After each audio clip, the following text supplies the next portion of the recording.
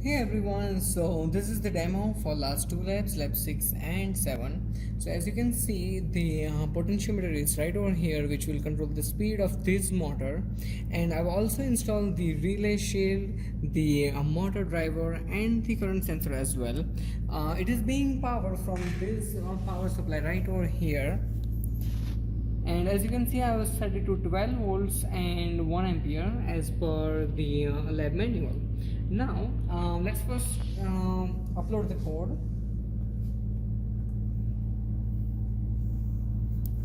and open the serial monitor. So I wrote the code in the way that at first the motor should be off, but once it says that turn on the motor, I'll go ahead and switch on the power supply. And as you can see, the motor is now rotating. Also, just to verify as you can see right over here, the consumption is about 120 milliamps, and in here we can also see around the same number, 130 or something like that. It is almost close, and you won't get any higher accuracy than this unless you program and filter a lot more. Now for the speed part, if I move this to the left side, it will decrease the speed. As you can see right over here, you can probably hear the motor sound too. And look at the shaft, it is turning really slow. And see the setting, the knob setting is almost to the left. I can turn it all the way down and it will almost stop. And as I move to the right, it will go back up.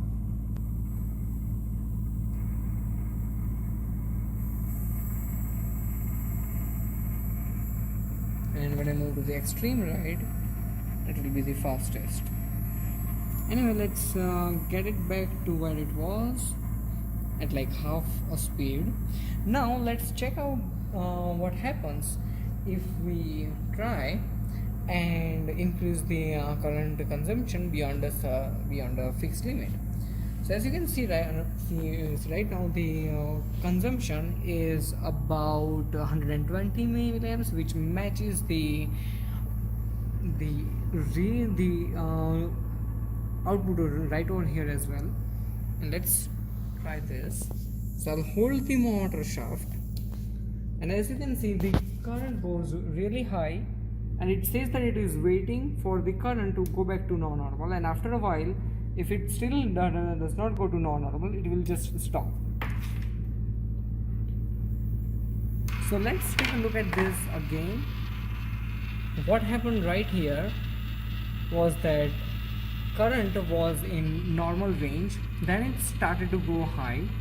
When it went to more than 200 mA, which is the limit in my code, it waited for 5 seconds to let it get back to the normal range again. But I did not leave the shaft, and so as you can see right over here, that motor was being held for too long and the current consumption was too high, so it could have damaged the motor itself, and therefore I turned off the motor.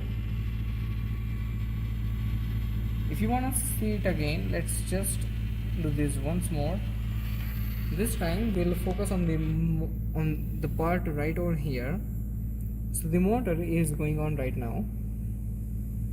I'll stop the shaft, and it is still trying to wait for it.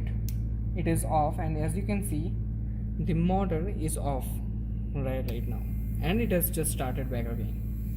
Now if I leave the motor shaft before 5 seconds, it will start running back again immediately. So for example, I'll stop it, and motor is drawing too much current. I'll leave it, and yes, the shaft is back again. So motor did not turn off within the pre-programmed timeout, and this covers everything that lab 6 and 7 has, including all of the extra credits. Thanks for watching. I'll see you next time.